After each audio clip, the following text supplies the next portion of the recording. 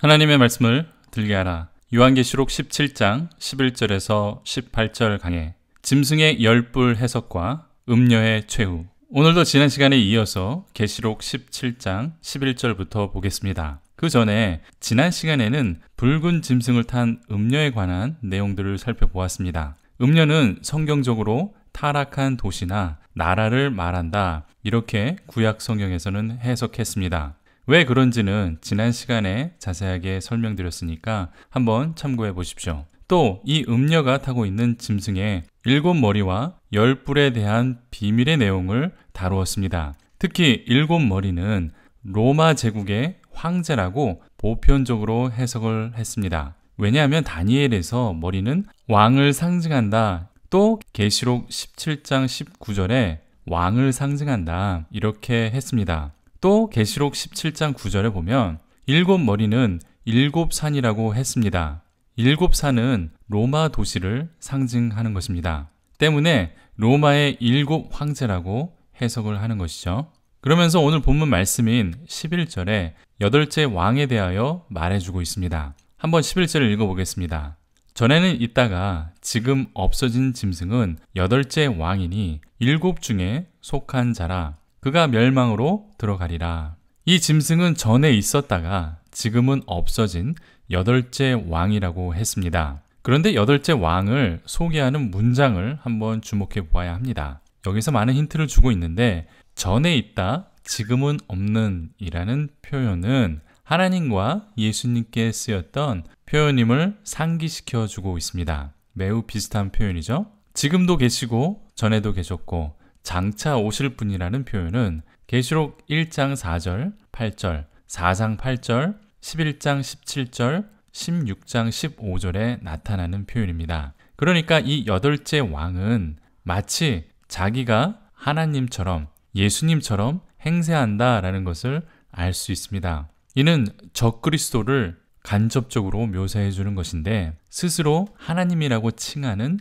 존재라는 것을 힌트로 보여주는 것이죠. 이 8째 왕이 누구인가 대한 해석은 학자들마다 많이 다릅니다. 초대교부 빅토리우스는 8번째 왕이 네로라고 해석을 했습니다. 또 네로와 비슷한 왕이라고 설명하는 학자들도 있습니다. 반면 이 8째 왕은 도미티안 황제이다. 도미티안 황제가 네로보다 더 심하게 그리스도인들을 핍박했기 때문에 딱 들어맞는다, 이렇게 많은 학자들이 주장하고 있습니다. 로마의 황제 중 누가 첫 번째이고 누가 8번째인지에 대한 해석은 제가 아는 것만 9가지가 있습니다. 그만큼 학자들마다 다양한 주장을 하고 있다는 것입니다. 저보고 굳이 8번째 이 왕이 누구냐 꼽으라면 저도 도미티안 황제를 꼽겠습니다. 그렇지만 이것은 중요한 것이 아닙니다. 다시 말하면 로마 황제의 순서는 중요하지 않다는 것입니다. 숫자나 순서는 상징적으로 나타납니다.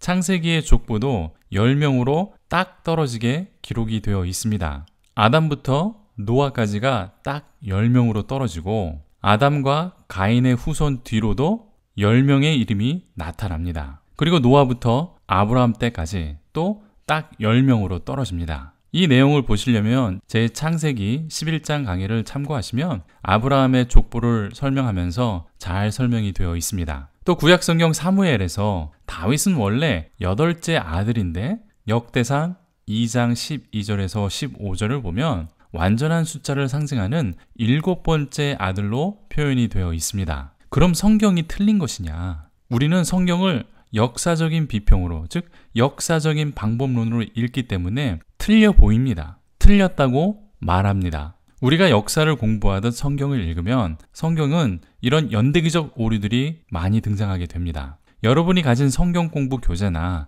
자료의 대부분은 이러한 역사 비평과 역사 비평의 영향을 받은 자료와 교재들입니다. 하지만 성경은 우리가 지금 공부하는 역사로 기록되어 있는 것이 아니라 신학으로 기록되어 있는 것이기 때문에 역사적 순서를 무시하기도 한다는 것입니다. 이새의 뿌리 중 완벽한 하나님의 선택을 강조하기 위해서 다윗을 7번째 아들이라고 상징적으로 표현했습니다. 성경의 저자가 잘못 알았거나 바보가 아닙니다. 성경의 저자나 독자들도 다 아는 사실입니다. 다만 신학적 의미를 강조하기 위해서 순서를 무시하고 7번째 아들이라고 기록한 것입니다. 이러한 관점에서 창세기의 족보도 10명씩 딱딱 떨어지게 맞춘 것이죠. 이렇게 순서를 무시하는 것은 당시 사람들에게는 아주 익숙한 것이었고 신학적 의미를 강조하기 위한 보편적인 전통이었습니다. 족보도 우리가 생각하는 또는 우리가 가지고 있는 그런 연대기적 족보가 아닙니다. 그런데 우리가 이것을 이해하지 못하니까 우리는 성경을 역사적인 방법론으로 읽으니까 성경이 편집되었다. 성경이 구전되어 내려오면서 오류가 있다. 이렇게 말하는 것입니다. 시간상 자세한 설명은 드리지 않겠습니다. 다시 본문으로 돌아와서 12절을 보겠습니다. 내가 보던 10뿔은 10왕이니 아직 나라를 얻지 못하였으나 다만 짐승과 더불어 임금처럼 한동안 권세를 받으리라. 성경은 또 10뿔은 10왕이라고 해석을 해주고 있습니다. 이런 해석은 이미 다니엘 7장 7절에서 8절, 20절, 24절에 나타납니다. 그러니까 성경은 짐승의 7머리는 로마의 황제들을 말하는 것이다 라고 말하고, 그리고 10뿔은 로마의 속국들의 왕들이 10뿔로 상징되는 것입니다. 예수님 시대의 유대 지역의 왕은 헤롯이었습니다. 그러니까 짐승은 로마 제국 또는 네로나 도미티안 황제를 상징하기도 했습니다. 짐승의 머리는 로마의 황제들을 말하는 것입니다. 그리고 황제 밑에 속국에 해당되는 왕들이 10뿔이 되는 것이죠. 저도 처음에는 많이 혼돈되었는데 열심히 공부해서 아주 쉽고 간결하게 정리해 드린 것입니다. 이제 12절 후반을 보면 이 10뿔들이 짐승, 즉 로마 제국과 함께 권세를 아주 잠시 동안 받게 된다는 것입니다. 여기서 우리가 주목해야 하는 것은 10뿔과 짐승이 아닙니다. 더 중요한 사실은 하나님께서 이렇게 되도록 허락하셨다는 것입니다. 짐승도 왕권과 권력도 하나님께서 잠시 풀어주신 것입니다. 성경이 강조하는 것은 짐승과 함께하는 모든 권력도 하나님의 통제와 계획 안에 큰 그림이 그려진다라는 것을 말해주고 있는 것입니다. 이제 13절을 살펴보겠습니다. 그들이 한 뜻을 가지고 자기의 능력과 권세를 짐승에게 주더라. 그들은 왕들을 말합니다. 10뿔을 말하는 것이죠. 그들이 한 뜻을 가지고 자신의 능력과 권세를 짐승에게 이양했다는 것입니다. 한 마음, 한 영, 한 판단력 등으로 비슷한 표현들이 성경에 나타나는데 이렇게 왕들의 능력과 권세가 짐승에게 이양이 되었다는 것입니다. 그 능력과 권세로 성도들을 죽이고 하나님을 대적하며 예수님을 핍박하는 것으로 쓰인다는 것을 말씀해주고 있습니다. 14절에 능력과 권세가 어떻게 쓰이는지 구체적으로 나타납니다. 그들이 어린 양과 더불어 싸우려니와 어린 양은 만주의 주시오 만왕의 왕이시므로 그들을 이기실 터이요 또 그와 함께 있는 자들 곧 부르심을 받고 택하심을 받은 진실한 자들도 이기리로다. 짐승과 연합한 왕들은 어린 양과 싸우지만 어린 양이 결국은 이긴다고 되어 있습니다. 어린 양은 바로 예수님이죠. 그러니까 예수님을 믿고 따르는 성도들을 죽이고 성도들과 싸우는 것이 바로 어린 양 예수님을 대적하고 싸우는 결과가 된다는 것입니다. 왕들이 하나님을 대적하는 전쟁을 일으키는 장면은 계시록에 2군데 더 나타납니다. 계시록 16장 14절에서 16절에는 천하 왕들이 즉 세상의 왕들이 아마겟돈에 모여서 전쟁을 일으킵니다. 계시록 19장 19절에도 땅의 임금들과 그들의 군대가 하늘의 군대와 전쟁을 일으킨다라고 되어 있습니다. 그러니까 10뿔은 당시 로마의 속국들이었지만 마지막 때에 세상의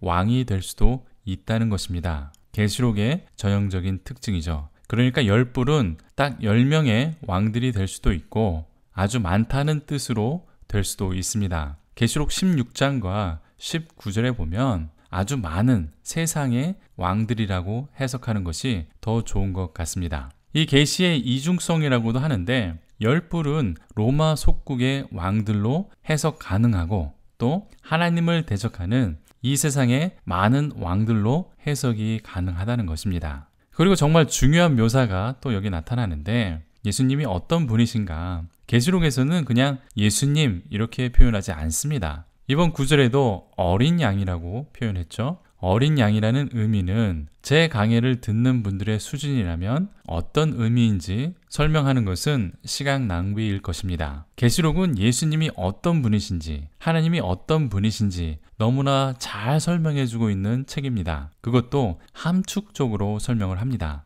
예수님이나 하나님을 묘사하는 단어들을 잘 보십시오. 그 묘사가 바로 예수님과 하나님이 어떤 분이신지를 설명하는 단어입니다. 그래서 제 계시록 전체의 제목도 아멘이신 예수님입니다. 하나님의 아멘 예수님. 이 단어 속에 또 엄청난 뜻이 들어있는데 계시록 3장 15절에 아멘이신 예수님에 대한 설명이 있습니다. 14절에서 말씀하는 예수님은 주인들의 주인이시며 왕들의 왕이시라고 고백하고 있습니다. 이 표현은 19장 16절에 다시 한번 반복이 되는데 순서만 바뀌어서 왕들의 왕이시고 주인들의 주인이시다 이렇게 나타납니다. 디모데전서 6장 15절에는 하나님께서 만왕의 왕이시며 만주의 주시오 이렇게 되어 있습니다. 이것도 삼위일체 교리와 관련이 있는데 하나님께 쓰이는 칭호도 똑같이 예수님께 쓰인 것입니다.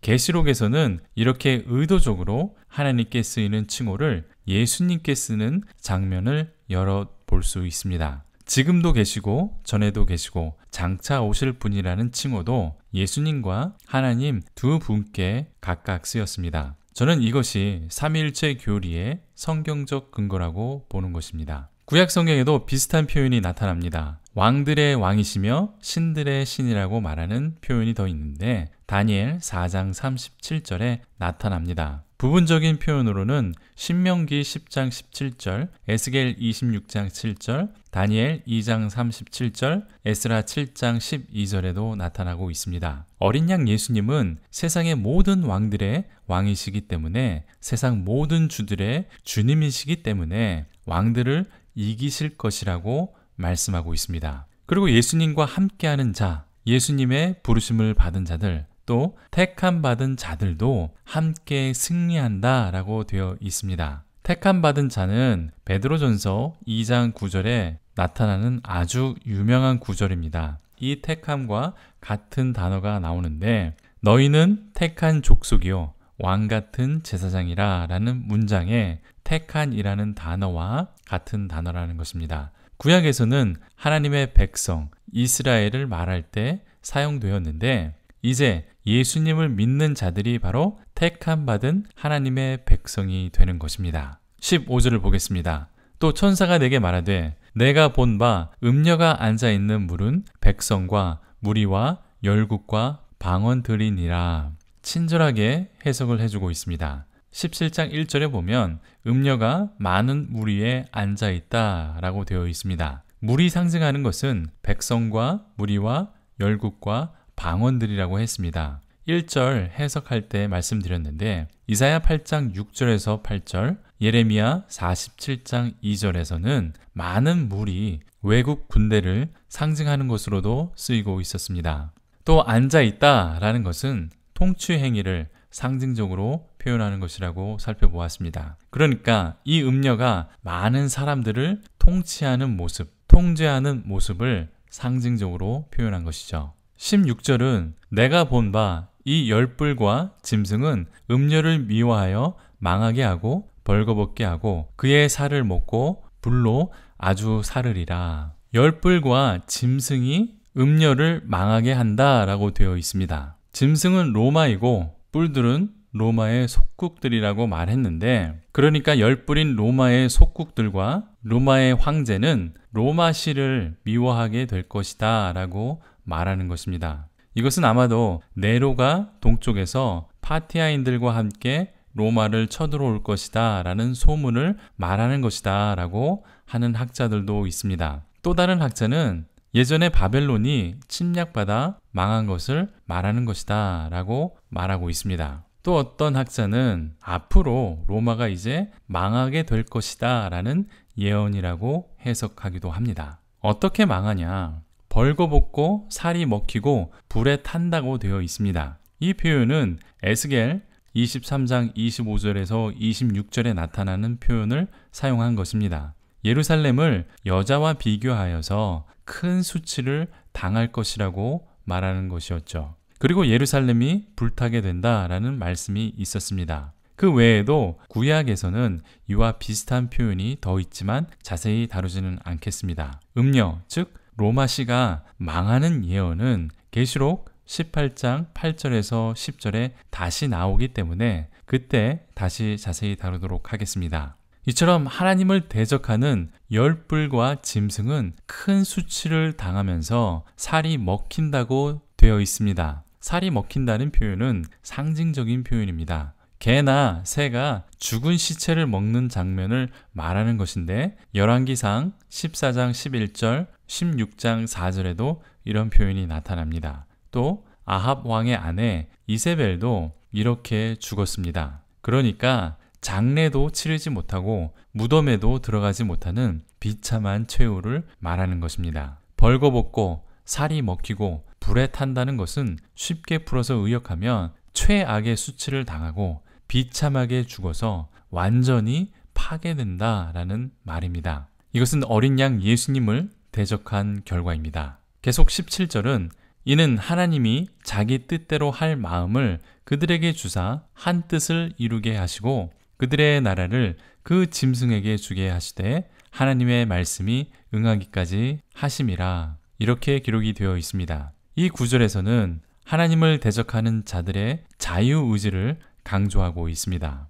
그리고 그 자유의지를 하나님께서 지켜보시고 그 결과를 심판하신다는 것을 말해주고 있는 것이죠. 17절을 보면 하나님께서 자기 뜻대로 할 마음을 그들에게 주셨다라고 되어 있습니다. 이것은 하나님께서 시키신 것이 아니라 그들의 뜻대로 할 자유의지를 주셨다는 것입니다. 또 반복되는 단어는 그들이 한 뜻을 이루었다는 것입니다. 그러니까 자유의지로 하나님을 대적하는 것인데 하나님을 대적하는 마음이 합하여졌다는 것입니다. 그렇지만 그들의 자유의지와 한 뜻으로 하나님을 대적하는 것을 그냥 지켜보시고 계시지 않습니다. 하나님의 말씀이 응하기까지 기간이 정해져 있다는 것입니다. 그러니까 하나님을 대적하는 이들의 자유의지와 하나님의 거룩한 의지가 충돌할 때가 곧 온다는 것입니다. 이것은 우리의 소망입니다. 또 우리의 희망입니다.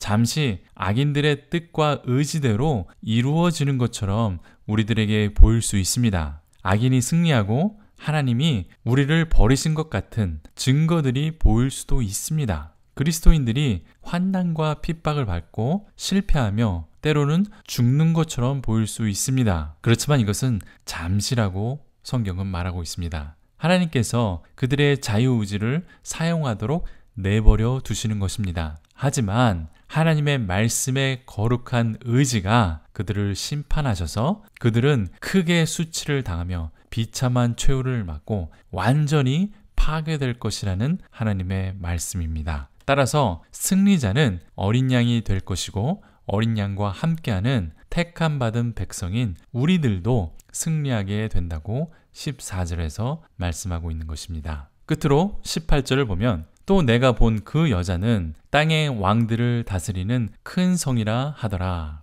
또 한 번 이 음녀가 누군지 성경은 해석해주고 있습니다. 이 음녀는 구약에서는 도시나 나라를 상징한다라고 되어 있었습니다. 오늘 계시록 말씀에서는 큰 성이라고 정확하게 말해줍니다. 계시록에서 큰 성은 바벨론이라고 했고 로마를 상징적으로 말한 것이었습니다. 그러니까 정리해보면 음녀는 로마 도시를 상징하는 것이고 타락한 도시를 상징적으로 말해주는 것입니다. 짐승은 로마 제국을 상징적으로 때로는 네로와 도미티안 같은 황제를 상징하기도 했습니다. 7머리는 로마 황제들을 말하는 것입니다. 또 10뿔은 로마의 속국이나 연합국으로 해석할 수도 있습니다. 그리고 마지막 때에 하나님을 대적하는 큰 도시와 왕들과 국가가 나타난다는 것입니다. 이것을 수학 공식처럼 사용하면 문제가 됩니다. 상징과 비유는 수학 공식이 아닙니다. 이보다 더 중요한 것은 환난과 핍박이 있어도 최후 승리는 예수 그리스도와 우리 성도들의 것이 된다라는 것입니다. 이 짐승과 음녀를 두려워하지 마십시오. 모든 왕들의 왕, 모든 주인들의 주님이신 예수님의 승리가 이제 곧 다가올 것입니다. 아멘. 도움이 되셨습니까? 질문이나 다른 의견이 있으시면 댓글을 남겨주십시오. 구독과 좋아요는 제게 큰 격려가 됩니다. 혹시 의견이 다르다고 욕하거나 인신공격은 삼가해 주십시오. 예수님을 믿는 하나님의 자녀들이 서로 저주하며 싸우는 모습은 하나님의 뜻이 아닙니다. 계시록 강해는 한 절 한 절 꼼꼼하게 성경적 근거를 가지고 해석하고 있습니다. 이 영상이 조금이라도 도움이 되셨다면 주변 분들에게 추천해 주시고 이 영상의 링크를 공유해 주십시오. 감사합니다.